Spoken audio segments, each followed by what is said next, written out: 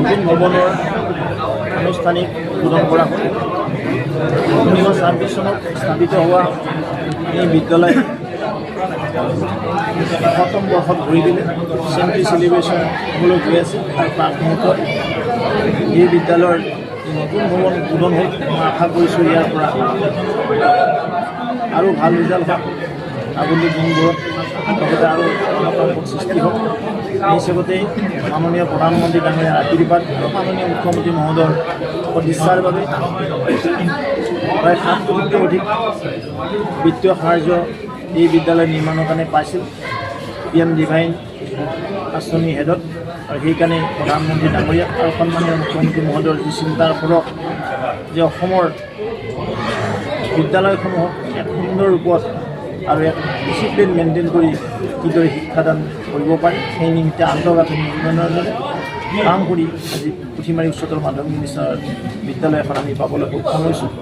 আশা কৰিছোঁ ইয়াৰ পৰা মানৱ সম্পদ সৃষ্টি কৰাত সহায়ক হ'ব। সুন্দৰ আন্তঃগাঁথনি, সুন্দৰ মন, সুন্দৰ বাতাবৰণত আমাৰ উঠি অহা প্ৰজন্মৰ শিক্ষক মানে আমাৰ যি ছাত্ৰ ছাত্ৰীসকল আছে আগবাঢ়ি যাবলৈ ধন্যবাদ।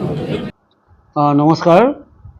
পুথিমাৰী উচ্চতৰ মাধ্যমিক বিদ্যালয় এই অঞ্চলৰ এক ঐতিহ্যমণ্ডিত শিক্ষানুষ্ঠান হয় আৰু আজি বিদ্যালয়খনে আহি শতবৰ্ষৰ দুৱাৰদলিত ভৰি দিলে আৰু ইতিমধ্যে আমাৰ শতবৰ্ষৰ আয়োজন কৰাও হৈছে। অহা 4 জানুৱাৰী 2026 চন তাৰিখত আমি শুভাৰম্ভণি অনুষ্ঠানটি আয়োজন কৰিছোঁ।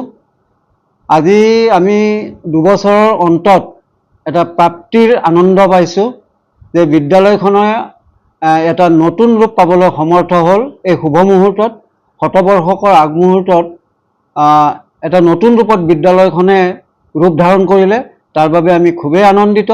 ইতিমধ্যে আমাৰ ছাত্ৰ ছাত্ৰীসকলে আজি 2 বছৰৰ পৰা উদ্বিগ্ন হৈ আছে। তেওঁলোকে অৱশ্যে কষ্টও পাই আছিল। একেবাৰে এটা তৰ্জাৰ ঘৰৰ পৰিৱেশৰ মাজত তেওঁলোকে ক্লাছ কৰি থাকিব লগা হৈছিল।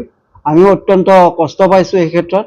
কিন্তু আজি ঘৰটি নতুনকৈ ল'বলৈ পাই আমি খুবেই আনন্দিত, খুবেই সুখ অনুভৱ কৰিছোঁ আৰু আশা ৰাখিছোঁ আমাৰ এই ইনফ্ৰাষ্ট্ৰাকচাৰৰ জৰিয়তে আমাৰ ছাত্ৰ ছাত্ৰীসকলে ভাল পৰিৱেশ এটাৰ মাজত উন্নতমানৰ শিক্ষা লাভ কৰিবলৈ সমৰ্থ হ'ব আৰু বিদ্যালয়খনলৈ এটা ভাল ৰিজাল্ট আনিবলৈ তেওঁলোকে সক্ষম হ'ব বুলি আমি আশা কৰিছোঁ।